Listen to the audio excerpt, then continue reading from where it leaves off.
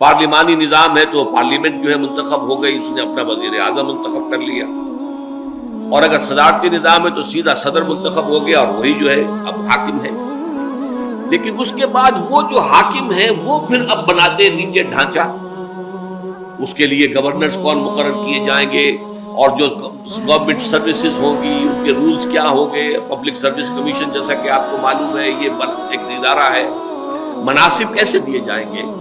ان دونوں کو کور کرنے کے لیے دیکھیے ایک جامع الفاظ آئے ہیں، ان اللہ یأمرکم ان تؤدوا الامانات الی اہلہا، یقیناً اللہ ہے مسلمانوں تمہیں حکم دیتا ہے کہ امانتیں ان کے اہل لوگوں کی سپرد کرو۔ اب یہ ٹو سائیڈڈ سمجھیے، ایک طرف یہ کہ تمہارے ہاتھ میں اگر مشورہ دینے کا اختیار ہے کہ کس کو تم بنانا چاہتے ہو اولو الامر، کس کو بنانا چاہتے ہو اپنا حاکم، کس کے ہاتھ میں دینا چاہتے ہو زمام کار اپنی قوم کی، اپنے ملک کی، اس کے لیے اہلیت کو دیکھو، یہ نہ دیکھو تمہارا رشتہ دار کون ہے، یہ نہ دیکھو تمہاری برادری کا کون ہے، یہ نہ دیکھو کس سے تمہیں فائدہ پہنچ سکتا ہے معاذ اللہ، بلکہ یہ دیکھو یہ امانت ہے، بہت بڑی امانت ہے، بہت بڑی امانت ہے۔ اس امانت کو اہل کے حوالے کرو، جو اس کا اہل ہے۔ اس میں خلوص کے ساتھ تم سے غلطی ہو جائے تو اللہ معاف کر دے گا، یہ اجتہاد ہوگا نا کہ آپ کس کو سمجھتے ہیں اہل ترین، اس میں غلطی ہو سکتی ہے، یہ بھی ایک اجتہاد ہے جو ہر شخص کو اپنی ذاتی سطح پر کرنا ہوگا۔ اگر اس میں غلطی ہو جائے تو جیسا کہ اصول ہے مجتہد جو ہے وہ مخطی بھی ہو، اس سے غلطی بھی ہو جائے تو اسے اکیرا ثواب ضرور ملے گا، اور اگر مجتہد جو ہے وہ مصیب ہو، صحیح رائے تک پہنچ گیا تو دوہرا ثواب ملے گا۔ اس اعتبار سے غلطی ہو سکتی ہے، لیکن آدمی جب سوچے تو یہ آج کل جو لفظ ہے ووٹ، رائے، اب دیکھیے یہ ایک طرح کا مشورہ ہے جو لیا جا رہا ہے، اور یہی لفظ حدیث میں آیا ہے المستشار مؤتمن، جس سے مشورہ لیا جاتا ہے اسے امین بنایا گیا، اس کے پاس ایک امانت ہے، وہ جو ووٹ دے رہا ہے ایک امانت دے رہا ہے وہ، لیکن ان تؤدوا الامانات الی اہلہا، جو اہل ہوں، بہترین ہوں، اس کے لیے باصلاحیت ہوں، دیانت دار ہوں،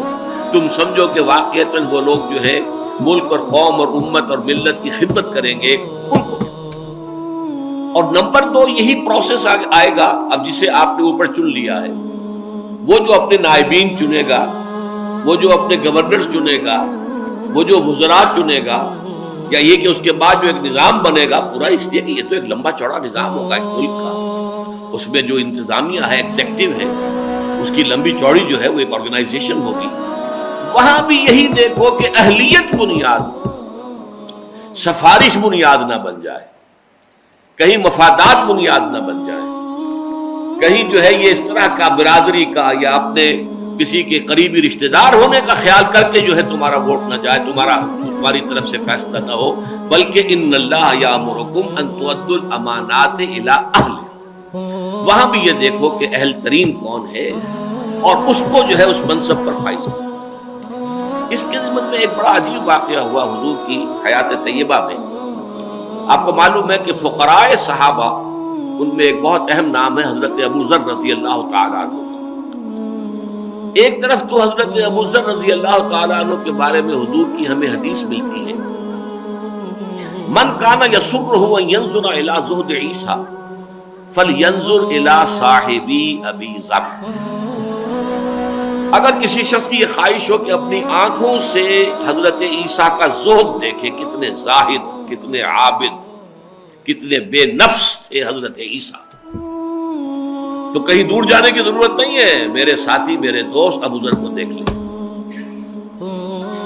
وہی ابو ذر ہیں وہ حضور سے درخواست کرتے ہیں کہ حضور مجھے بھی کہیں والی بنا دیجیے، والی وہاں گورنر کہلاتا ہے،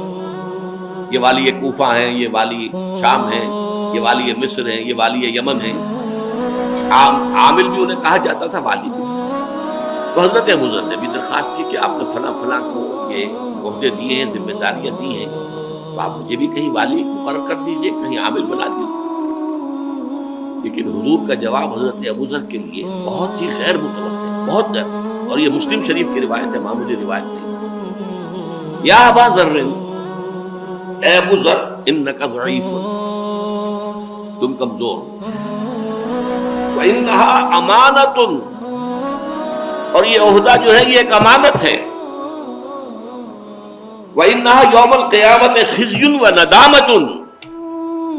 اور قیامت کے دن یہ عہدے جو ہیں یہ رسوائی اور ندامت کا سبب بن جائے. إِلَّا مَنْ أَخَذَ بِحَقِّهَا، سوائے اس کے جس نے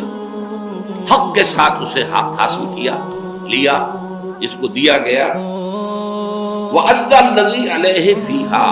اور پھر وہ ساری ذمہ داریاں پوری کی کہ جو اس منصب کے ضمن میں اس پر عائد ہوتی تھی. یہاں سوال پیدا ہوتا ہے، بڑا ایک اہم اصول آتا ہے کہ ایک طرف ان کا تقوی، ان کی دینداری، ان کا زہد، ان کی بے نفسی، اس کے لیے تو حضرت عیسیٰ سے مشابہت دی جا رہی ہے، لیکن والی ہونے کے لیے یا گورنر بننے کے لیے کہا جا رہا ہے انک ضعیف وانھا امانۃ وانھا یوم القیامۃ خزی وندامۃ. یہ ندامت کا ذریعہ بن گیا. اس کا نتیجہ کیا نکلا کہ حکومت اور انتظامی معاملات کے لیے محض تقوی ہی شے نہیں ہے بنیادی، اس کے لیے کچھ اور صلاحیتیں درکار ہیں. کوئی انتظامی صلاحیت ہو، کوئی توازن موجود